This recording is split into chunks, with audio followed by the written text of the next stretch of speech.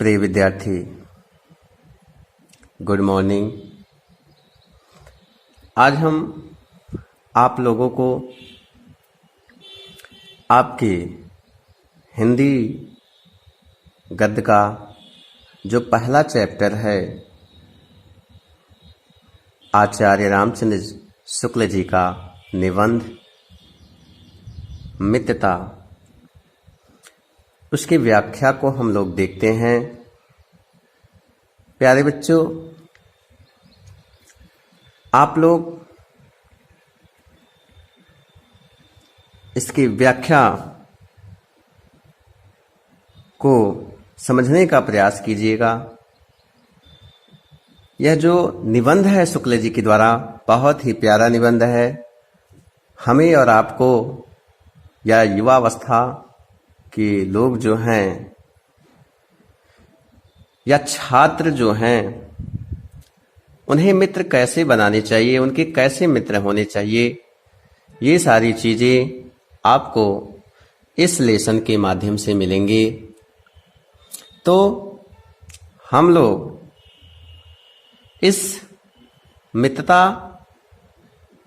जो निबंध है, यह बहुत ही अच्छा निबंध है, प्यारा निबंध है और आपको अपने जीवन में कैसे मित्र चुनने चाहिए, इस लेसन के माध्यम से, इस अध्याय के माध्यम से या कह लीजिए इस पाठ के माध्यम से आपको बताया जाएगा।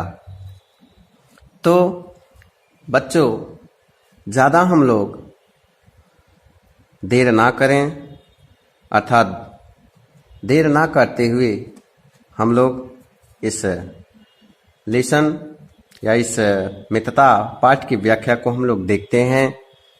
समझने का प्रयास कीजिएगा।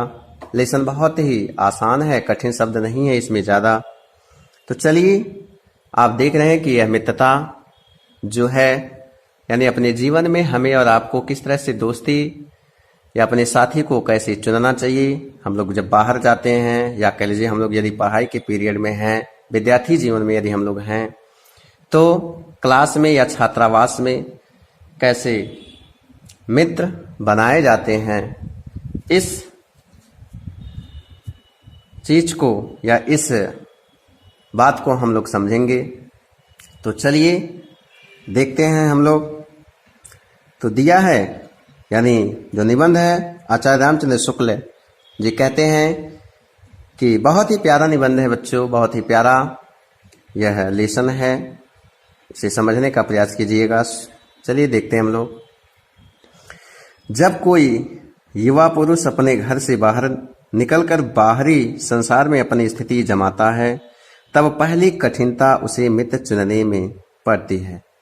प्रिय विद्यार्थी, निबंधकार आचार्य रामचंद्र शुक्ल कहते हैं कि जब कोई युवा पुरुष, अर्थात जब कोई युवा पुरुष अपने घर से कहीं बाहर जाता है या किसी अनजान जगह पर जाता है, तो उसे, यानी इस संसार में अपनी स्थिति यदि वह जमाता है, तब उसे बहुत ही कठिनाई होती है मित्र चुनने में, क्योंकि वह अनजान रहता है। किसी क्षेत्र विशेष में जब वह जाता है, परदेश जाता है या कहीं पर भी जाता है, तो उसे मित्र चुनने में कठिनता होती है कि ये कैसे हैं, क्या हैं।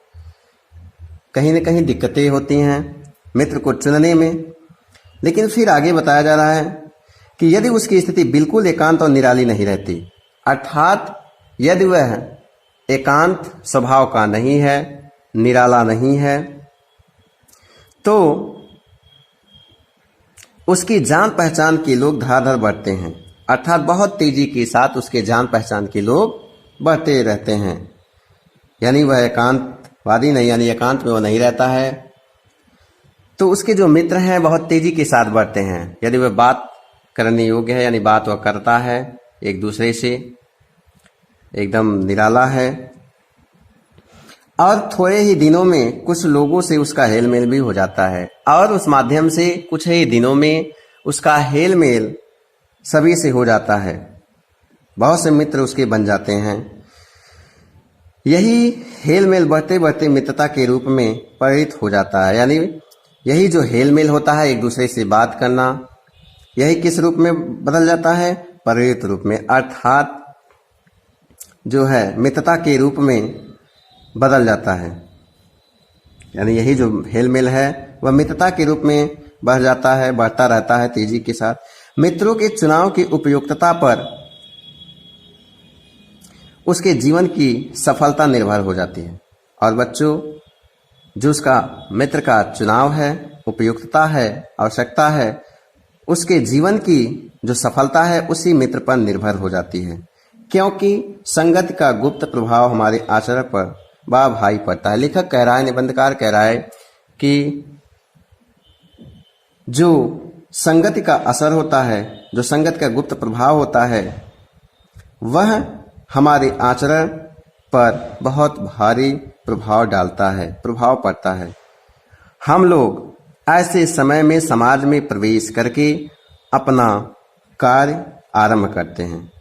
बच्चों, हम लोग जो हैं ऐसे समय में समाज में प्रवेश करते हैं और अपना कार्य को प्रारंभ करते हैं, जबकि हमारा चित्त कोमल और हर तरह का संस्कार ग्रहण करने योग्य रहता है। जबकि जो हमारा हृदय है, उस समय का जो मन है, वह बहुत ही कोमल है, संस्कार यानी और हर तरह का जो संस्कार है उसे ग्रहण करने योग्य भी रहता है। और हम लोग जब गलत संगत में पहुंचते हैं तो हमें उसका प्रभाव पड़ने लगता है। हमारे भाव अपरिमार्जित यानी बिना शुद्ध किया हुआ होता है, और हमारी जो प्रवृत्ति है यानी जो रुचि हमारी है, जो हृदय है, रुचि है, प्रवृत्ति है, वह अविकसित यानी अपरिपक्व रहती है, अविकसित रहती है।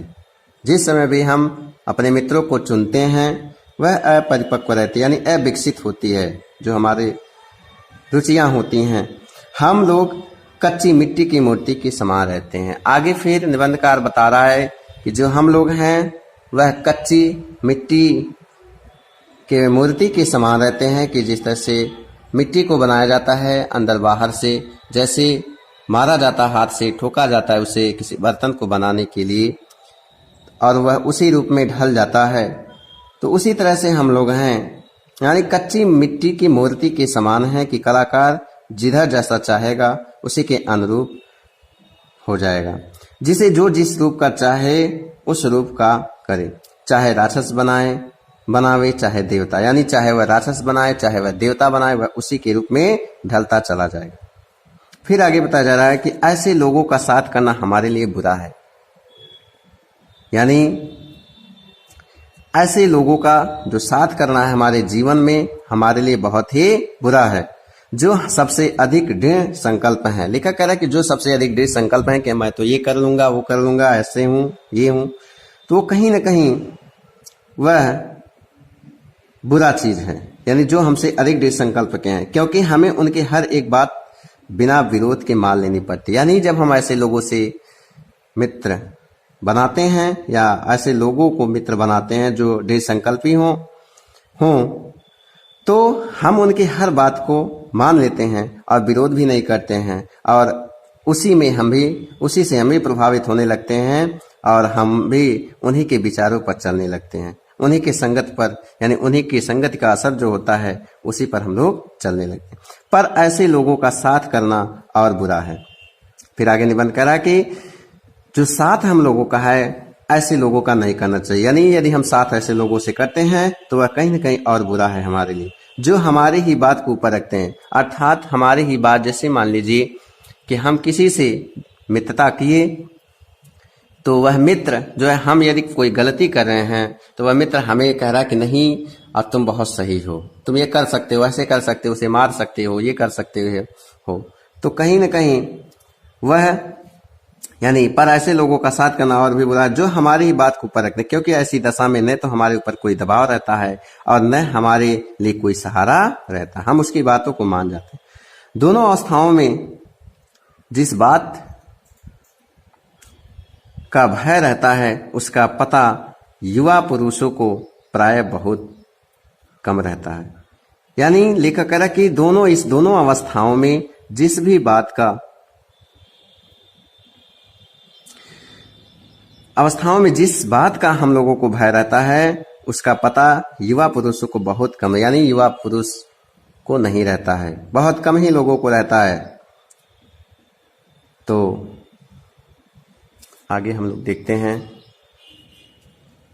अर्थात हम लोगों को जो भी मित्रता हमारी और यानी आपकी और समाज में जो भी मित्र हैं जिनको आप बनाते हैं कहीं पर जाकर, चाहे स्कूल में चाहे बाहर, तो सोच समझ करके बनाना चाहिए। तो आगे देखते हैं हम लोग। यानी दोनों अवस्थाओं में जिस बात का भय रहता है उसका पता युवा पुरुषों को प्राय बहुत कम रहता है। यदि विवेक से काम लिया जाए तो यह भय नहीं रहता। लेकिन प्यारे बच्चों, बताया जा रहा है कि यदि विवेक से हम लोग यही काम करते हैं तो हमें कोई भय नहीं रहता है। पर युवा पुरुष प्राय विवेक से काम कम लेते हैं, यानी कम काम लेते हैं, यानी सोचते कम है, किसी की बातों को तुरंत मान जाते हैं, उसी के बताए हुए रास्ते पर चलने लगते हैं। और यह यानी विवेक से कम काम लेते हैं। यानी कैसे आश्चर्य की बात है कि लोग एक घोड़ा लेते हैं। यानी लेखक कह रहा है कि बहुत ही आश्चर्य की बात है कि लोग एक घोड़ा लेते हैं तो उसके गुण दोष कितना परख लेते हैं, यानी उसके अंदर कौन सा गुण है, क्या क्वालिटी है, क्या दोष है, क्या बुराई है, इन सभी को हम लोग बहुत सावधानी पूर्वक यानी जो घोड़ा लेते हैं उसे परख लेते हैं। पर किसी को मित्र बनाने में उसके पूर्व आचरण और प्रकृति आदि का कुछ भी विचार और अनुसंधान नहीं करते हैं। लेकिन हम जो मित्र बनाते हैं उसके जो आचरण हैं और प्रकृति यानी जो उसका स्वभाव है उस पर हम विचार अथवा उसकी खोज हम नहीं करते हैं। अनुसंधान का मतलब होता है खोज, विचार का मतलब जान ही रहे हैं स्वभाव, या कह लीजिए कि विचार, यानी प्रकृति आदि का कुछ भी हम लोग विचार, प्रकृति का मतलब स्वभाव होता है और अनुसंधान का मतलब जो है वह खोज होता है। यानी हम उसके बारे में जरा सा भी पता नहीं लगाते हैं और उसके कहे हुए बातों पर या उसके विचारों पर चलते हैं। वे उसमें सब बातें अच्छी मानकर अपना पूरा विश्वास जमा लेते हैं। यानी उनकी बातों को अच्छा मान करके यानी युवा वर्ग के लोग उन पर विश्वास जमा लेते हैं, मान जाते हैं, मानते हैं। हंसमुख चेहरा, बातचीत का ढंग, थोड़ी चतुराई या साहस, ये ही दो चार बातें किसी में देखकर लोग चटपट अपना बना लेते हैं। लेखक कह रहा है कि यदि किसी के अंदर यानी बातचीत का ढंग, थोड़ी सी कुछ चालाकी है, चतुराई है, साहस है, तो इन दो चार बातों को देखकर ही लोग उसे चटपट क्या करते हैं, अपना मित्र बना लेते हैं। हम लोग यह नहीं सोचते कि मैत्री का उद्देश्य क्या है। लेखक कह रहा है कि हम लोग ये भी नहीं सोचते हैं कि हाँ मैत्री का उद्देश्य यानी मित्रता दोस्ती का उद्देश्य क्या है, कैसे हमें बनाना चाहिए तथा जीवन के व्यवहार में उसका कुछ मूल्य भी है। यह बात हमें नहीं सोचते कि यह एक ऐसा साधन है जिससे आत्मशिक्षा का कार्य बहुत सुगम हो जाता है। यानी युवावस्था के लोग यह नहीं सोचते हैं कि यह एक ऐसा साधन है जिससे आत्मशिक्षा का कार्य बहुत सुगम हो जाता है, कि हमें आत्मविश्वास कैसे करना चाहिए। एक प्राचीन विद्वान, लेखक कह रहा है कि एक प्राचीन विद्वान का वचन है कि विश्वास पात्र मित्र से बड़ी भारी रक्षा रहती है। यानी जो भी विश्वास पात्र मित्र हैं, जिसे भी आप विश्वास पात्र मित्र बनाते उससे बहुत भारी रक्षा होती है, लेकिन ऐसे मिलते नहीं है। जिसे ऐसा मित्र मिल जाए उसे समझना चाहिए कि खजाना मिल गया। लेखक कह रहा है कि जिसे भी ऐसे मिल जाए उसे समझना चाहिए कि खजाना मिल गया। लेकिन विश्वास पात्र मित्र जीवन की एक औषधि है। हमें अपने मित्रों से यह आशा रखनी चाहिए कि वे उत्तम संकल्पों में हमें ढेर करेंगे। लेखक कह रहा है कि हमें अपने मित्रों से यह आशा में रखनी चाहिए कि वे उत्तम संकल्पों में हमें ढेर करेंगे। दोषों और त्रुटियों से हमें बचाएंगे। यानी जो भी दोष होगा, जो त्रुटियां होंगी, जो कमियां होंगी, उससे हमको बचाएंगे। हमारे सत्य, पवित्रता और मर्यादा के प्रेम को भी पुष्ट करेंगे। जब हम कुमार्ग पर पैर रखेंगे तब वे हमें सचेत करेंगे। लेखक कह रहा कि जब हम कुमार्ग पर यानी बुरी रास्ते पर चलेंगे या पैर रखेंगे तो वह हमें सचेत करेगा। जब हम हतोत्साहित होंगे, हतोत्साहित का मतलब होता है उत्साह रहित। क्या होता है? उत्साह रहित। यानी जब हम हतोत्साहित होंगे तब जब हमारे अंदर कोई उत्साह नहीं रहेगा तब हमें वे उत्साहित करेंगे। अर्थात सारांश यह है कि वे हमें उत्तमता पूर्वक जीवन निर्वाह करने में हर तरह से सहायता देंगे। यानी जब हमको ऐसे मित्र मिलेंगे, जो ऊपर आपको बात बताई गई यहां से, ठीक। सच्ची मित्रता में उत्तम से उत्तम वैध की सी निपुणता और परख होती है। लेखक कह रहा है कि सच्ची मित्रता में, लेखक कह रहा है कि सच्ची मित्रता में उत्तम से उत्तम वैध की सी निपुणता और परख होती है। अच्छी से अच्छी माता का सधैर्य और कोमलता होती है। ऐसे ही मित्रता करने का प्रयत्न पुरुष को करना चाहिए। यानी लेखक इन्हीं सब बातों के साथ कह रहा है कि हमें ऐसे लोगों की अच्छी मित्रता करनी चाहिए जो हमें सत्मार्ग पर ले चले। बुरे मार्ग पर यदि हम चलते हैं तो उस पर वो रोके, यानी हमें अच्छे विचारों से अवगत कराए। तो ये सारी चीजें हैं। फिर आगे लेखक कह रहा है कि छात्रावास में तो मित्रता की धुन सवार रहती है। यानी जब बच्चे स्कूल में रहते हैं, छात्रावास में रहते हैं, तो वहां पर मित्र बनाने की तो धुन सवार होती है कि हम इनको मित्र बना लें, ये हमारे मित्र बन जाएं। मित्रता हृदय से उमड़ी पड़ती है। तो लेखक आगे कह रहा है कि छात्रावास में तो मित्रता की धुन सवार रहती है। यानी जो स्कूल कॉलेज होते हैं, वहां पर जो स्टूडेंट होते हैं, जो बच्चे होते हैं, उनको तो मित्र बनाने की एकदम धुन सवार रहती है। मित्रता हृदय से उमड़ी पड़ती है। यानी मित्रता जो है हृदय से उमड़ती है कि हम इसको मित्र बना लें, उसको मित्र बना लें। पीछे के जो स्नेह बंधन होते हैं उसमें न तो उतनी उमंग रहती है न उतनी खिन्नता। यानी पीछे से जो कुछ भी रहता है उस पर कोई विशेष ध्यान उन बच्चों का, उन छात्रों का नहीं रहता है। बाल मैत्री में जो मग्न करने वाला आनंद होता है, जो हृदय को बेधने वाली ईर्ष्या और खिन्नता होती है, वह और कहाँ। यानी ये सब कुछ नहीं सोचते हैं कि क्या, यानी है ना कि बाल मैत्री में जो मग्न करने वाला आनंद होता है या जो हृदय को बेधने वाली ईर्ष्या और खिन्नता होती है, वह कहाँ है। यानी वह और कहाँ है। कैसी मधुरता और कैसी अनुरक्ति होती है। यानी कैसी मधुरता है, कैसा प्रेम है, कैसा अपार विश्वास है होता है। हृदय के कैसे कैसे उद्गार निकलते हैं। वर्तमान कैसा आनंदमय दिखाई पड़ता है और भविष्य के संबंध में कैसी लुभावने वाली कल्पनाएं मन में रहती हैं। यानी तमाम तरह की कल्पनाएं होती हैं। कितनी जल्दी बातें लगती हैं और कितनी जल्दी मानना मनाना होता है। यानी उन लोगों के अंदर कितनी जल्दी बातें लग जाती हैं और कैसे जल्दी से एक दूसरे को लोग आपस में मानना मनाना कर लेते हैं। सहपाठी की मित्रता, इस उक्ति में हृदय के कितने भारी उथल पुथल का भाव भरा हुआ है। यानी जो भी सहपाठी होते हैं उनके अंदर यानी कितने भारी उथल पुथल होते हैं। किंतु जिस प्रकार युवा पुरुष की मित्रता स्कूल के बालक की मित्रता से ढेर शांत और गंभीर होती है, उसी प्रकार हमारी युवा अवस्था के मित्र बाल्यावस्था के मित्रों से कई बातों से भिन्न होते हैं। यानी जो युवा अवस्था का मित्र होते हैं, जो युवा अवस्था के मित्र होते हैं और जो बाल्यावस्था के मित्र होते हैं, उसमें बहुत सी भिन्नताएं होती हैं। मैं समझता हूं कि मित्र चाहते हुए बहुत से लोग मित्र के आदर्श की कल्पना मन में करते होंगे, पर इस कल्पित आदर्श से तो हमारा काम जीवन की झंझटों में चलता नहीं। यानी लेखक कह रहा है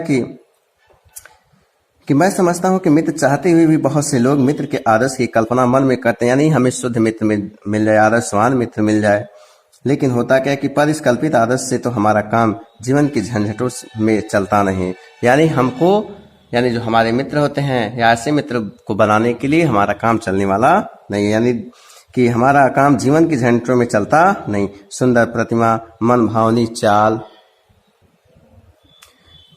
चाल, स्वच्छंद प्रकृति, ये ही दो चार बातें देखकर मित्र की जाति है। यानी अच्छी बातें हों, क्या चाल है, कैसा है वो, इन्हीं सब दो चार बातों को देखकर लोग एक दूसरे को मित्र बना लेते हैं। पर जीवन संग्राम में साथ देने वाले मित्रों में इनमें से कुछ अधिक बातें चाहिए। क्या चाहिए? मित्र केवल उसे नहीं कहते जिसके गुणों की तो हम प्रशंसा करें पर इससे हम स्नेह न कर सके। यानी मित्र ऐसे नहीं होने चाहिए कि केवल जिसके गुण, जिसके अंदर अच्छाइयां हो, केवल हम उसकी बातों को यानी उसकी प्रशंसा करें, यानी उससे हमारा काम नहीं चलने वाला है। और हम स्नेह उसे न करें, केवल उसकी अच्छाइयों को देखें, जिससे अपने छोटे छोटे काम तो हम निकालते जाएं पर भीतर ही भीतर घृणा करते रहें। यानी उससे तो हम अपने काम को निकालते जाएं लेकिन भीतर ही भीतर उससे नफरत करें। मित्र सच्चे पथ प्रदर्शक के समान होना चाहिए। लेखक कह रहा है कि जो मित्र होते हैं वो सच्चे अर्थों में ईमानदार होने चाहिए, यानी पथ प्रदर्शक के समान होने चाहिए। हमें अच्छे मार्ग पर ले जाए ऐसे मित्र होने चाहिए जिस पर हम पूरा विश्वास कर सके। भाई के समान होना चाहिए जिसे हम अपना प्रीति पात्र बना सकें। हमारे और हमारे मित्र के बीच सच्ची सहानुभूति होनी चाहिए। यानी लेखक कह रहा है हमारे और उसके बीच जो है वह एक सच्चा प्रेम होना चाहिए, सहानुभूति होनी चाहिए। सहानुभूति का मतलब होता है कि सहारा देना, है ना, या कह लीजिए कि साथ साथ दुख का अनुभव करना, यानी कोई दुख हो तो भी आपके साथ दुखित हो।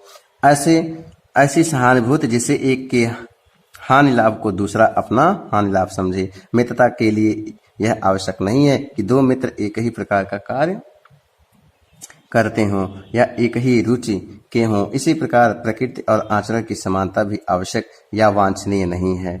दो भिन्न प्रकृति के मनुष्यों में बराबर प्रीति और मित्रता रही है। राम धीर और शांत प्रकृति के थे, लक्ष्मण उग्र और अद्भुत स्वभाव के थे, पर दोनों भाइयों में अत्यंत प्रगाढ़ स्नेह था।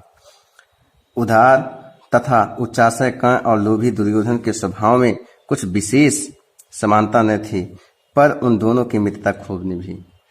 यानी बताया जाना कि राम क्या थे? उग्र थे, यानी कटुक थे, और लक्ष्मण और राम जो है शांत स्वभाव के थे, यानी राम बहुत शांत स्वभाव के थे लेकिन लक्ष्मण जो है उग्र थे, तेज थे। तो पर दोनों भाइयों का जो विचार था वह अत्यंत ही प्रगाढ़ था, स्नेह था। यानी उदार तथा उच्चाशय कर्ण और लोभी दुर्योधन के स्वभाव में कुछ विशेष समानता नहीं थी, पर उन दोनों की मित्रता खूब निभी।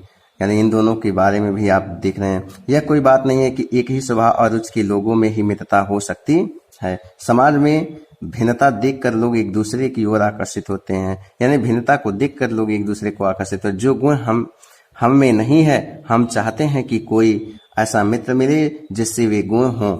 चिंताशील मनुष्य प्रफुल्लित चित्त का साथ ढूंढता है। निर्बल बलि का धीर, उत्साही का उच्च आकांक्षा वाला चंद्रगुप्त युक्ति और उपाय के लिए चाणक्य का मुख ताकता था। नीति विशारद अकबर मन बहलाने के लिए बीरबल की ओर देखता था। यानी लेखक कह रहा कि ऐसे नहीं होने चाहिए। मित्र जो होने चाहिए वो एक सच्चे पथ प्रदर्शक के रूप में होने चाहिए, जो आपके सुख दुख में साथ दे।